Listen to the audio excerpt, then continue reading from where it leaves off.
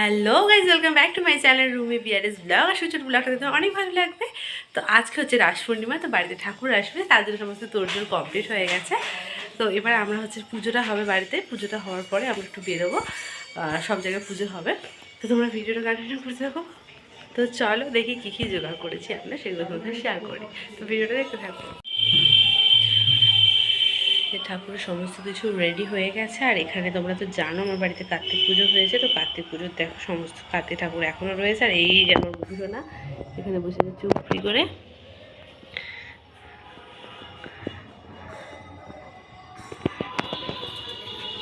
এখানে উঠানে আলপনাও দিয়ে দিয়েছি, এখানে ঠাকুরটাকে বসিয়ে পুজো হবে। আর দেখো মা এদিকে ধুনো ধরিয়ে পুরো রেডি করে দিচ্ছে। আর দেখো নামের দল তো চলে এসেছে, এবার আমার দাদা আর বাবা গেছে ঠাকুরটা আনতে।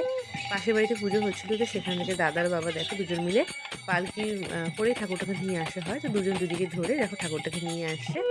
আর রাশি পূর্ণিমার শেষের দিনে আমাদের এখানে এরকমভাবে পুজো হয়। তোমাদের ওখানে কীভাবে পুজো হয় অবশ্যই আমাকে কমেন্টে জানিয়ে যেও।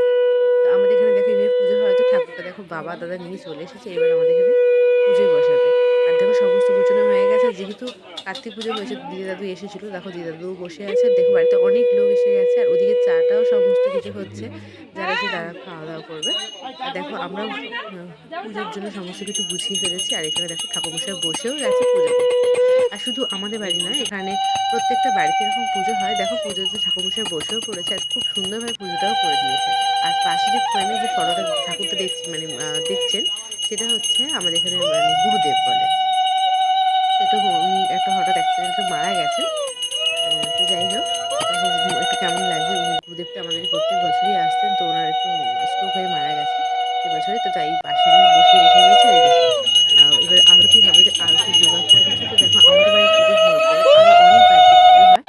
দেখো যেগুলো বিয়ে ছিল, দেখো দাদা এখানে নমস্কার করতে চলেও এসেছে। আর সবাই মিলে কত আনন্দ করছে। আর দেখো কত লোক হয়েছে বাড়িতে, সবাই এরকম প্রত্যেকটা ঠাকুরের সাথে হয়। দেখো আমাদের বাড়িতে উঠে গেছে, সেটা হচ্ছে পুরো একেবারে আমরা বাড়িতে সমস্ত কিছু গুছিয়ে নিই, সেখানে হচ্ছে প্রত্যেকটা বাড়িতে শুরু হচ্ছে সেখানে।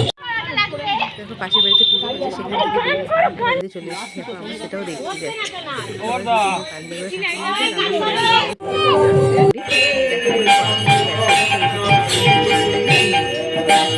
সেখানে পুজো হয়ে গেছে। দেখো আমাদের নিজেদের সাথে বসেছে। আর এখানে অনেক রকমের ঘি মাখন মানে অনেক রকম প্রসাদ দেয়। খেয়ে আমরা রাতে 1টার সময় বাড়ি চলে এসেছি। আজকের ব্লগটা কেমন হলো অবশ্যই জানি।